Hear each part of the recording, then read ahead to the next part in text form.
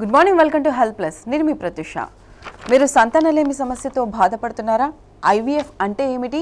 IVF ఎప్పుడు చేస్తారు? సంతానలేమికి latest treatment అందుబాటులో ఏముంది మనకు తెలియజేయడానికి felicity IVF and fertility centre clinical director doctor Akhila Reddy మన స్టూడియోలో ఉన్నారు. వారిని అడిగి మరిన్ని డీటెయిల్స్ తెలుసుకుందాం. Hello doctor, welcome to TV studio. Thank you doctor, అసలు సంతానలేమికి మెయిన్ రీజన్ ఏమంటారు? ఓకే, సంతానలేమి అంటే ఈ రోజుల్లో అంటే ఇన్ఫర్టిలిటీ చాలా కామన్గా చూస్తూ ఉన్నాం. అండ్ మేజర్ రీజన్స్ ఇంతకుముందు ఉట్టి ఆడవాళ్ళలో కామన్గా అనుకునేవాళ్ళు, అంటే ఫర్టిలిటీ ఇష్యూస్ మోర్ కామన్ ఫీమేల్స్లో ఉండేది అని. ఇప్పుడు అలా కాదు, మగవాళ్ళలో ఆడవాళ్ళలో సరిసమానంగా ఫర్టిలిటీ ఇష్యూస్ అనేవి చూస్తూ ఉన్నాము. ఇది ఎందుకు అంటే మారుతున్న జీవనశైలి, బేసిక్లీ ఫోన్ యూసేజ్ ఎక్కువగా ఉంటుంది. అండ్ మనం స్లీప్ డిస్టర్బెన్సెస్ ఎక్కువగా ఉంటున్నాయి. ఇవాళ రేపు మెన్స్ట్రల్ ఇర్రెగ్యులారిటీస్ ఉంటున్నాయి ఆడవాళ్ళకి. మగవాళ్ళలో స్ట్రెస్, వాళ్ళ job, career, there so many reasons. ఇది సంతానలేమి ఈ రోజుల్లో ఎందుకు కామన్గా చూస్తున్నాము అంటే ఒకటి కాదు, there are number of reasons దానికి. అండ్ ఒక్కొక్క కపుల్కి ఒక్కొక్క రీజన్ ఉంటుంది. ఇప్పుడు చాలామంది కంపేర్ చేసుకుంటూ ఉంటారు, సేమ్ ఏజ్ కదా, సేమ్ ప్రాబ్లం, తనకి అయిపోయింది, నాకెందుకు అవ్వట్లేదు అని. So every couple is different. ఎట్లాగో ఎవ్రీ హ్యూమన్ బాడీ ఎలాగైతే డిఫరెంటో every couple is different. So వాళ్ళకి ఏం ప్రాబ్లం ఉంది అని తెలుసుకోవడానికి బేసిక్ టెస్ట్లు చేసి దీని ద్వారా కనీసం ఏంటి రీజన్ అనేది ఒక వంతు తెలుస్తుంది. Yeah, so doctor, IVF cycle success rate ఎంత ఉంటుంది doctor? So IVF success rate in general ఒక 5-6 years బ్యాక్ వరకు 60% అని చెప్పేవాళ్ళం. అంటే ఎన్ని సైకిల్స్ చేసినా కూడా 60% వరకే ఐవీఎఫ్ ద్వారా కపుల్స్ కన్సీవ్ అవ్వడానికి అవకాశం ఉంటుంది. ఎందుకంటే మిగిలిన 40% మాకు తెలీదు. తెలుసుకోవడానికి అంత టెక్నాలజీ కూడా రాలేదన్నమాట. ఎందుకు అవ్వట్లేదు అంటే, ఎందుకు ఒక సైకిల్ ఫెయిల్ అయింది అని లోతుగా చూసినా అర్థం కాదు. బికాస్ ఈ స్పర్మ్, ఎగ్, ఈ ఐవీఎఫ్లో జరిగేవన్నీ కూడా మైక్రోస్కోపిక్ లెవెల్లో జరుగుతాయి, అంటే సెల్ లెవెల్లో జరుగుతూ ఉంటాయి. ఇవి కంటికి కనిపించవు, స్కాన్లో చూసినప్పుడు కానీ అలా మన కంటికి కనిపించవు అనమాట. సో అందుకే ఇన్ జనరల్ ఇది వరకు 60% చెప్పేవాళ్ళం ఒక కపుల్ సక్సెస్ రేట్. అది కూడా ఎవరికి ఏజ్ less than 30 years ఉండి, మంచి ఎగ్ కౌంట్ ఉండి. మంచి ఎగ్ కౌంట్ అంటే 2 ఓవరీస్లో కనీసం 12 eggs అలా ఉన్న వాళ్ళకి, అండ్ యూట్రస్ బాగుండి, అంటే ఫైబ్రాయిడ్స్ కానీ, ఎడినోమయోసిస్, ఎండోమెట్రియోసిస్, ఇలాంటి పాలిప్స్, ఇలాంటి కండిషన్ ఏది లేకుండా యూట్రస్ నార్మల్గా ఉండి, అండ్ రెగ్యులర్ సైకిల్స్, వాళ్ళకి మెన్స్ట్రల్ ఇర్రెగ్యులారిటీస్ లేకుండా రెగ్యులర్ సైకిల్స్ ఉండి, ఇలాంటి వాళ్ళకి in general IVF success rate ఇప్పుడు 75%కి వచ్చిందనమాట.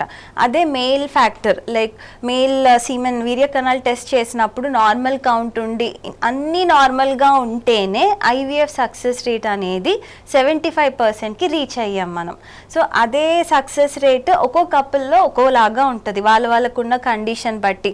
సపోజ్ ఇప్పుడు 35 year old మహిళ ఉన్నారు, తనకి ఎగ్ రిజర్వ్ చాలా తక్కువగా ఉంది, ఓన్లీ 3 eggs అలా ఉన్నాయి, బట్ యూట్రస్ అంతా బాగుంది అండ్ స్పర్మ్ కూడా చాలా బాగుంది, ట్యూబ్ బ్లాక్ అయి ఉంది.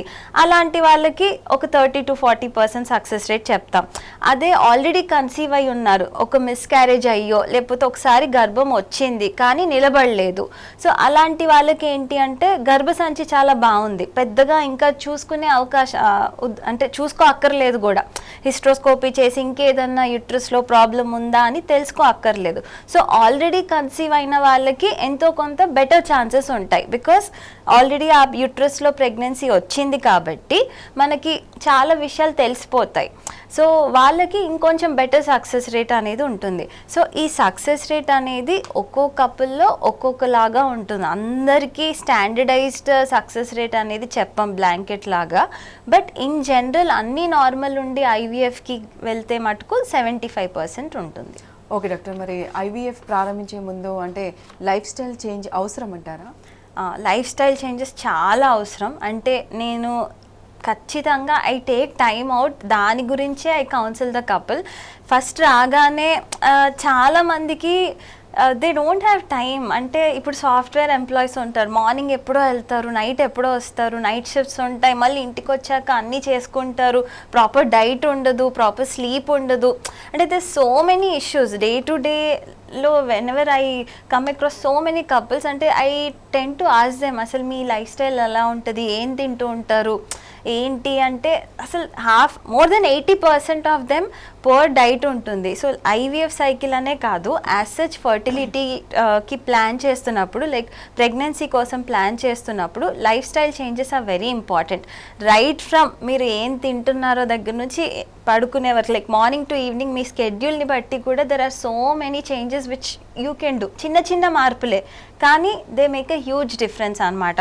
ఇప్పుడు సపోజ్ 3 పూటలు రైసే తీసుకుంటున్నారు అనుకోండి, కొంచెం ఒబీస్గా ఉన్నారు, అలాంటి వాళ్ళకి రైస్ తగ్గించమని చెప్తాం. ఇన్ జనరల్ కూడా రైస్ ఇంటేక్ తగ్గించుకోమనే చెప్తాం. ఎందుకంటే అన్నంలో ఉండేది జస్ట్ కార్బోహైడ్రేట్స్, అంటే ఆ నిమిషానికి ఏదో 2 గంటలు మనకు ఎనర్జీని ఇస్తుంది తప్పించి మన బాడీకి లాంగ్ టర్మ్ పెద్దగా ఉపయోగాలు అయితే ఉండవు ఎక్కువ రైస్ తీసుకున్న వాళ్ళల్లో చూస్తే. మరి ఇంతకుముందు రైసే తీసుకునే వాళ్ళు కదా అంటే వాళ్ళు చేసే పనులు కూడా అలాగే ఉండేవి, అంటే చాలా ఎక్కువ పని చేస్తారు. అలాంటి వాళ్ళు రైస్ తీసుకున్నా పర్లేదు, బికాస్ దే యూటిలైజింగ్ ఇట్. ఇంట్లో కూర్చొని ఆర్ ఎక్కువసేపు ప్రొలాంగ్ కూర్చొని వర్క్ స్కెడ్యూల్ ఉన్న వాళ్ళు రైస్ ఎక్కువగా తీసుకుంటే it's of no use. So I tell them rice ఖచ్చితంగా తగ్గించుకోవాలి, డైట్ మెయింటైన్ చేయాలి, బ్యాలెన్స్ డైట్. అంటే మీ డైట్లో carbohydrates, protein, fat, protein rich ఏ ఫుడ్స్ ఉంటాయి మరి అంటే ఎగ్, పన్నీర్, చికెన్, ఇవన్నీ protein rich food. So protein, soya, all these are good. Fat అన్నీ బ్యాలెన్స్డ్గా ఉండాలి. కనీసం 2 ఫ్రూట్స్ తీసుకోవాలి, అట్లీస్ట్ 4 to 5 లీటర్స్ వాటర్ తాగాలి, అండ్ 8 hours స్లీప్ ఉండాలి. 8 hours స్లీప్ అంటే నైట్ లేట్గా పడుకొని మార్నింగ్ లేట్గా లేవడం, that will not help the body. మీరు నైట్ ఎంత ఎర్లీగా పడుకుంటే బాడీలో ఒక హార్మోన్ రిలీజ్ అవుతుంది, మెలటోనిన్ అని. అది ఈ ప్రెగ్నెన్సీకి కానీ ఓవరాల్ హెల్త్కి కూడా చాలా ఇంపార్టెంట్. సో ఆ హార్మోన్ కరెక్ట్గా ఎప్పుడు రిలీజ్ అవుతుంది అంటే డ్యూరింగ్ నైట్ టైం రిలీజ్ అవుతుంది. అందుకే ప్రొలాంగ్ నైట్ షిఫ్ట్స్ చేసే వాళ్ళల్లో యూజువల్లీ మేము చూసేది అబ్నార్మల్గా ఉంటాయి వాళ్ళ వీర్య కణాల కౌంట్ కానివ్వండి, ఆర్ ఆడవాళ్ళలో అయితే ఒబేసిటీ, రాను డయాబెటీస్, పీరియడ్స్ ఇర్రెగ్యులర్గా రావడం, ఇవన్నీ చూస్తూ ఉంటాం. So that's the reason early 8 hours sleep is very important. డైట్కి వచ్చేసరికి బ్యాలెన్స్ డైట్ ఈజ్ ఇంపార్టెంట్. అన్నిటికంటే ముఖ్యంగా ఉండాల్సింది ఏంటంటే ఏదన్నా ఒక యాక్టివిటీ, లైక్ చెమటలు వచ్చేలాగా 45 minutes ఏదన్నా ఒక యాక్టివిటీ అయితే చేయాలి. అది బాడీకి ఇన్ జనరల్, ఇవన్నీ ఫర్టిలిటీకే కాదు ఓవరాల్ హెల్త్కి కూడా ఇంపార్టెంట్. సో ఈ లైఫ్ స్టైల్ చేంజెస్ చేయకుండా డైరెక్ట్గా వచ్చేసి సైకిల్ చేయించుకుంటే అవుతుందో అవ్వదో సెకండరీ, కానీ అది అవ్వకపోతే ఇదే రీజన్ అవుతుంది. సో బెటర్ మనం ప్రిపేర్ చేసుకొని ట్రీట్మెంట్స్కి వెళ్తే అట్లీస్ట్ బెటర్ అవుట్కమ్ అయితే ఎక్స్పెక్ట్ చేయొచ్చు. ఓకే డాక్టర్, సో మొదటి ఐవీఎఫ్ సైకిల్ సక్సెస్ కాకపోతే ఏం చేస్తారు డాక్టర్? సో ఇప్పుడు ఒక కపుల్కి ఐవీఎఫ్ చేస్తాం, వాళ్ళకి సక్సెస్ అవ్వలేదు అంటే చాలా విషయాలు తెలిసిపోతాయి. యాక్చువల్లీ ఐవీఎఫ్ ఎలాంటి కపుల్కి చేస్తాము అంటే ట్యూబ్స్ బ్లాక్ ఉండో, ఇప్పుడు ఆడవాళ్ళకి ఫెలోపియన్ ట్యూబ్ టెస్టింగ్ చేస్తాం, అది బ్లాక్ ఉన్న వాళ్ళకి ఐవీఎఫ్ చెప్తాం, లేదా వీర్య కణాల కౌంట్ బాగా తక్కువ ఉన్న వాళ్ళకి ఐవీఎఫ్ చెప్తాం, లేదా యూట్రస్లో ఇంకేదైనా ప్రాబ్లం ఉన్న వాళ్ళకి, or age related, or egg count తక్కువ ఉన్న వాళ్ళకి, ఇలాంటి వాళ్ళకి యూజువల్లీ ఐవీఎఫ్ ట్రీట్మెంట్స్ చెప్తాం. ఇప్పుడు ఒక ఐవీఎఫ్ సైకిల్ అంతా అయిపోయింది, లైక్ ఇంజెక్షన్స్ తీసుకున్నారు, ఎగ్ రిట్రీవల్ అయ్యింది, ఎంబ్రియోస్ ట్రాన్స్ఫర్ చేసాం, అది అవ్వలేదు. కొంతమందికి ఎంబ్రియో ట్రాన్స్ఫర్ వరకు కూడా వెళ్ళదు. ఇప్పుడు ఎగ్స్ పెరిగేలాగా ఇంజెక్షన్స్ ఇచ్చినాక ఆ ఎగ్స్ తీసిన తర్వాత అన్ని ఇమ్మెచ్యూర్ ఎగ్స్ వచ్చే అవకాశాలు ఉంటాయి. కొన్నిసార్లు అన్ని మంచి ఎగ్స్ వస్తాయి, కానీ అవి ఫర్దర్గా ఒక ఎంబ్రియోనే అవ్వదు. సో ఇవన్నీ ముందే తెలియవు. మరి ఇవన్నీ ముందు తెలుసుకుంటే ఐవీఎఫ్ సక్సెస్ రేట్ 90% కూడా ఉంటుంది. సో ఇవన్నీ ముందు తెలియవు అనమాట. ఒక ఇంజెక్షన్స్ ఇచ్చి బయటికి తీస్తే కానీ ఎగ్ ఎలా ఉందో తెలియదు. అండ్ స్పర్మ్ అంటారా, మైక్రోస్కోప్లో చూస్తాం కాబట్టి ఎంతో కొంత స్పర్మ్ అయితే తెలిసిపోతుంది, వీర్య కణాలు ఎలా ఉన్నాయి అనేది అర్థమైపోతుంది. కానీ ఫీమేల్కి వచ్చేసరికి తీస్తేనే తెలీదు. సో ఒక ఐవీఎఫ్ ఫెయిల్ అయిందంటే ఏ లెవెల్లో అంటే ఇప్పుడు ఎగ్ రిట్రీవల్ దగ్గర, లేకపోతే ఫర్టిలైజేషన్ దగ్గర, లేకపోతే ఎంబ్రియో ఫామ్ అయ్యి అక్కడ పోర్ ఎంబ్రియో వచ్చిందా, లేదా ఎంబ్రియో ట్రాన్స్ఫర్ అయి ఫెయిల్ అయిందా, ఇన్ని ఉంటాయి. సో ఇవన్నీ తెలుసుకొని we can prepare them for the next cycle. Suppose చాలా మంచి ఎంబ్రియో ట్రాన్స్ఫర్ చేసాం, లైనింగ్ చాలా బాగుంది, అయినా ఫెయిల్ అయింది సైకిల్ అనుకుంటే అప్పుడు హిస్ట్రోస్కోపీ చేసుకుని ఒకసారి యూట్రస్ చెక్ చేసుకుంటాం, లేదా హస్బెండ్ స్పర్మ్ డిఎఫ్ఐ ఎక్కువ ఉండడం వల్ల అయి ఉండొచ్చు. So many reasons. కాకపోతే ఒక ఫెయిల్డ్ ఐవీఎఫ్ ద్వారా మనకి చాలా విషయాలు తెలుస్తాయి. నెక్స్ట్ ఐవీఎఫ్ ఎంత బాగా ప్రిపేర్ చేసుకోవచ్చు అనేది డాక్టర్కి ఒక అవగాహన వస్తుంది అనమాట. అండ్ మోర్ ఓవర్ చాలా మందికి ఒక ఐవీఎఫ్ అయిపోగానే ఇంకా అయిపోయింది, ఇంక ఇంతే, ఇదే లాస్ట్, ఇంకా ఐవీఎఫ్ కూడా ఫెయిల్ అయిపోతే ఇంకా మాకు ఏ ఆప్షన్ లేదేమో అనుకుంటారు. అలా ఉండదు. ఐవీఎఫ్ క్యాన్ బి ట్రైడ్ ఎన్నిసార్లు అన్నా చూడొచ్చు, ఐ మీన్ ట్రై చేయొచ్చు ఒక కపుల్లో సక్సెస్ వచ్చే వరకు. కాకపోతే రెక్టిఫై చేసుకుంటూ ఉండాలి, ఒక్కొక్కటి చూసుకుంటూ we'll take the next step. So one failed IVF ద్వారా కంక్లూజన్కి రాకూడదు అనమాట. ఓకే డాక్టర్, కాలర్స్ రెడీగా ఉన్నారు. ఫస్ట్ కాలర్ హైదరాబాద్ నుంచి శ్రీనివాస్. హలో అండి శ్రీనివాస్ గారు, డాక్టర్ గారితో మాట్లాడారు. Good morning. హలో అండి, గుడ్ మార్నింగ్. ఓకే మేడం, కాలం నుంచి ఫోన్ చేస్తున్నాను మేడం. ఓకే, షాపున్న గారు కస్టమర్ అనుకోదు. అయితే మాకు 13 సంవత్సరాలు అవుతుంది మేడం. మా మిస్సెస్కి బీపీ కూడా వస్తుంది మేడం, రెగ్యులర్ రావట్లేదు. ఫస్ట్ అప్పటి నుంచి ఓకే, బీపీ కూడా వస్తుంది. ఒక్కొక్కసారి మధ్యలో ఆగిపోతే రెగ్యులర్ రావట్లేదు. ఓకే. మ్యారేజ్ ఎన్ని ఇయర్స్ అవుతుందండి? అండ్ మీ వైఫ్ ఏజ్ ఎంత? 13 years. మీ వైఫ్ ఏజ్ ఎంత అండి? ఓకే. మీ టెస్ట్ అంతా చేయించుకున్నారా? అంటే సిమెన్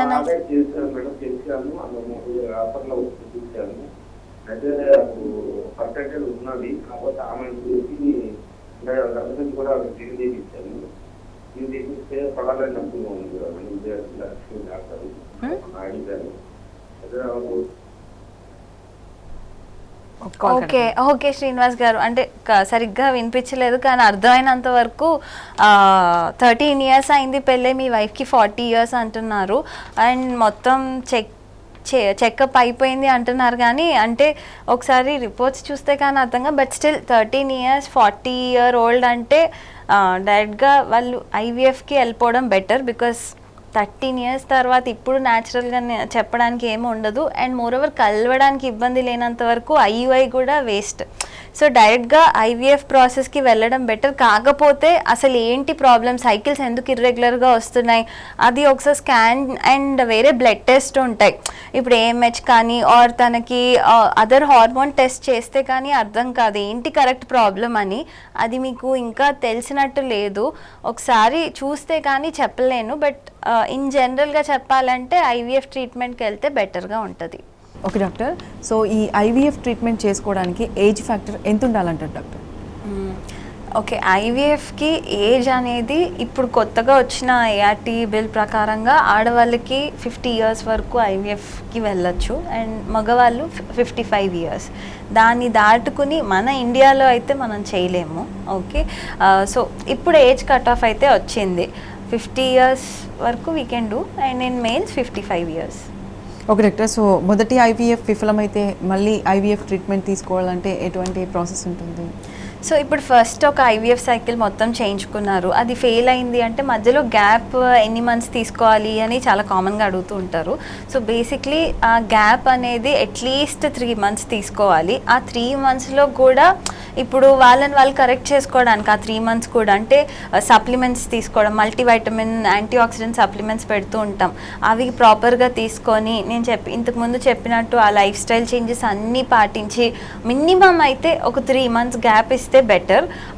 ఇది మరి గ్యాప్ అందరికీ ఇవ్వాలా అంటే సపోజ్ ఇప్పుడు మనకి ఒక 45-year-old మహిళ వచ్చారు, తనకి ఒకటే ఫాలికల్, ఒకటే ఎగ్ ఉంది, తను 3 months టైం తీసుకోమని చెప్పాం. సో ఒక్కొక్కరిలో ఒక్కొక్కలాగా ఉంటుంది. ఇప్పుడు ప్రాపర్ లెస్ దాన్ 35 years ఉండి అకౌంట్ చాలా బాగుండి ఎంబ్రియోస్ చాలా బాగా వచ్చి అయినా ఒక ఐవీఎఫ్ సైకిల్ ఫెయిల్ అయింది అంటే కనీసం ఒక 2 to 3 months గ్యాప్ తీసుకొని నెక్స్ట్ సైకిల్ ప్లాన్ చేసుకుంటే బెటర్. ఆ 3 monthsలో కూడా వాళ్ళు ఏదైనా టెస్ట్ చేయించుకోకపోతే, అంటే ఇప్పుడు ఎందుకు ఫెయిల్ అయింది, అన్నీ బాగుండి ఫెయిల్ అయిందంటే ఏదో రీజన్ ఉండే ఫెయిల్ అవుతుంది, అది రెక్టిఫై చేసుకుని నెక్స్ట్ సైకిల్ 3 months తర్వాత ప్లాన్ చేసుకుంటే బెటర్. అదే ఒక 40 years ఉన్నారు అండ్ 40 ఇయర్స్ కాదు, irrespective of age, even 26 years A age అయినా సరే ఎగ్ కౌంట్ బాగా తక్కువ ఉంది, ఓన్లీ 3 or 4 eggs ఉన్నాయి. అలాంటి వాళ్ళకి 3 months వెయిట్ చేయమని చెప్పము. యూజువల్లీ వెంటనే సైకిల్ అంటే కౌంట్ అంతా బాగుండి అన్ని ఈక్వల్ సైజెస్లో ఉన్నాయి అనుకుంటే వెంటనే సైకిల్ స్టార్ట్ చేసేస్తాము. And there or third category వేరే వాళ్ళకి ఉందే ఒక ఎగ్ వెంటనే రిట్రీవ్ చేస్తే ఏమీ రాలేదు అండ్ ఇంకోటి కనిపిస్తున్నాయి చిన్నగా అనుకుంటే వెంటనే మళ్ళీ ఇంజెక్షన్ స్టార్ట్ చేసుకుంటాం. చాలామంది భయపడుతూ ఉంటారు, అంటే వెంటనే ఇంజెక్షన్స్ తీసుకుంటే ఏదైనా సైడ్ ఎఫెక్ట్స్ ఉంటాయా, బాడీకి లాంగ్ టర్మ్ ఎఫెక్ట్స్ ఉంటాయా, ఆర్ బేబీకి ఏదైనా రిస్క్ ఉంటుందా ఏంటి అని. ఈ ఇంజెక్షన్స్ బేసిక్లీ బాడీలో ఎక్కువ గంటలు యాక్ట్ చేయవు అండ్ ఇవి డైరెక్ట్గా ఓవరీ మీదనే యాక్ట్ చేస్తాయి. అండ్ ఓవరీలో ఉన్న హార్మోన్స్ దగ్గరే ఇవి యాక్ట్ చేస్తాయి. సో మీకు లాంగ్ టర్మ్ సైడ్ ఎఫెక్ట్స్ అనేవి అయితే ఉండవు. అందుకే రోజు ఇస్తాం ఇంజెక్షన్స్. ఇప్పుడు ఒక డోసు ఒక నెల సరిపోతుందంటే సింగిల్ డోసే ఇస్తాం, రోజు ఇచ్చేదే బికాజ్ ఆ హార్మోన్ అంటే ఆ ఇంజెక్షన్ బాడీలో అన్ని అవర్స్ ఉండదన్నమాట. And long term side effects దీనికి ఏమి ఉండవు బికాజ్ ఇవన్నీ హార్మోన్ ప్రిపరేషన్స్ కాబట్టి వీటికి పెద్దగా వాళ్ళకి సైడ్ ఎఫెక్ట్స్ ఉండవు. మళ్ళీ నెక్స్ట్ సైకిల్లో మళ్ళీ పీరియడ్ వస్తుంది, మళ్ళీ కొత్త ఎగ్ పెరుగుతుంది. So every cycle is new కాబట్టి ఇచ్చే ఇంజెక్షన్స్ కేవలం ఆ సైకిల్కి మాత్రమే పనిచేస్తాయి. సో ఓకే డాక్టర్, సో ఈ ఐవీఎఫ్ అనేది సరైనదో కాదో నిర్ధారించడానికి ఎటువంటి పరీక్షలు చేయాల్సి ఉంటుంది? ఇప్పుడు ఐవీఎఫ్ సరైనదో కాదో అంటే ఫస్ట్ ఎవరికి అస్సలు ఐవీఎఫ్ కూడా చెప్పము అంటే ఎగ్గే లేదు అంటే ప్రీమెచ్యూర్ ఓవేరియన్ ఫెయిల్యూర్ అంటాం. ఒకవేళ లెస్ దాన్ 35 years ఉండి వాళ్ళు మెనోపాజ్ రీచ్ అయిపోతారు. అలాంటి వాళ్ళకి వాళ్ళ ఓన్ ఎగ్తో ఐవీఎఫ్ చెప్పడానికి కూడా ఉండదన్నమాట. సో వాళ్ళకి యూజువల్లీ ఐవీఎఫ్ చెప్పం, డోనర్ పద్ధతి ద్వారా కన్సెప్షన్ చెప్తూ ఉంటాం. అదే ఇప్పుడు యుట్రస్ ఫైబ్రాయిడ్ అంటే యుట్రస్ గడ్డ ఉంది, చాలా పెద్దగా ఉంది, సపోజ్ 8 centimeters అలా ఉంది, ఏదైనా సరే మోర్ దెన్ 5 centimeters అది తీసాకనే ఈ ట్రాన్స్ఫర్ అనేది ప్లాన్ చేసుకుంటే బెటర్. సో కొన్ని కండిషన్స్ ఉంటాయి. ఇప్పుడు మేల్ ఫ్యాక్టర్ ఉందనుకోండి, అసలు వీర్య కణాలు కౌంటే లేదు, హార్మోన్స్ చాలా తక్కువ ఉన్నాయి, అందుకే కౌంట్ తక్కువగా ఉన్న వాళ్ళకి, 0 count ఉన్న వాళ్ళకి కనీసం ఒక 3 months హార్మోన్ ప్రిపరేషన్స్ ఇచ్చి ఆ తర్వాత ఐవీఎఫ్ ప్రాసెస్ అనేది స్టార్ట్ చేస్తాం. సో ఎవరికి అంటే దాని ముందు టెస్ట్లు, బేసిక్ టెస్ట్లు ఏముంటాయంటే ఒక స్కాన్ జస్ట్ సి యుట్రస్ ఎలా ఉంది, ఎన్ని ఎగ్స్ ఉన్నాయి, సో దట్ సక్సెస్ రేట్ మీకు అర్థమవుతుంది అని. వీర్యకణాల టెస్ట్ కనీసం కౌంట్ ఎలా ఉంది అంటే ఐవీఎఫ్ చేయొచ్చా ఆర్ ఇక్సీ చేయొచ్చా అని, ఓకే, అది తెలుసుకోవడానికి. అండ్ ఈ 2 బేసిక్ టెస్ట్లు అండ్ అదర్ బ్లడ్ టెస్ట్, ఇంకేదైనా ప్రాబ్లం ఉందా, రొటీన్ స్క్రీనింగ్ చేస్తూ ఉంటాం, సిబిపి కానివ్వండి, కొన్ని రొటీన్ టెస్ట్లు ఉంటాయి, ఇవన్నీ చేసుకుని థైరాయిడ్, ప్రొలాక్టిన్, ఈ హార్మోన్స్ అన్నీ కంట్రోల్గా ఉన్నప్పుడే we start the couple on IVF treatment.